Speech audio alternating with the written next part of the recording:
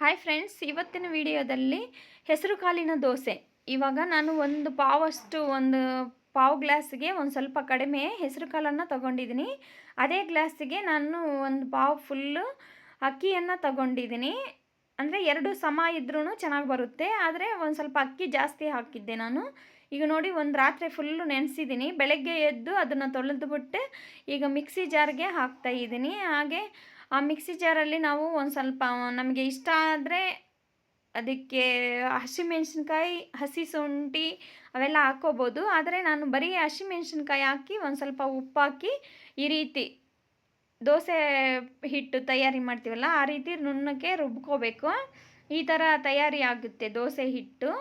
ಹೆಸರು ಕಾಳಿನ ದೋಸೆ ತುಂಬಾ ಟೇಸ್ಟ್ ಇರುತ್ತೆ, ಒಳ್ಳೆಯದು ಆರೋಗ್ಯಕ್ಕೂ. ಬೆಳಗಿನ ತಿಂಡಿಗೆ ಅಂತೂ ಸಖತ್ತಾಗಿರುತ್ತೆ.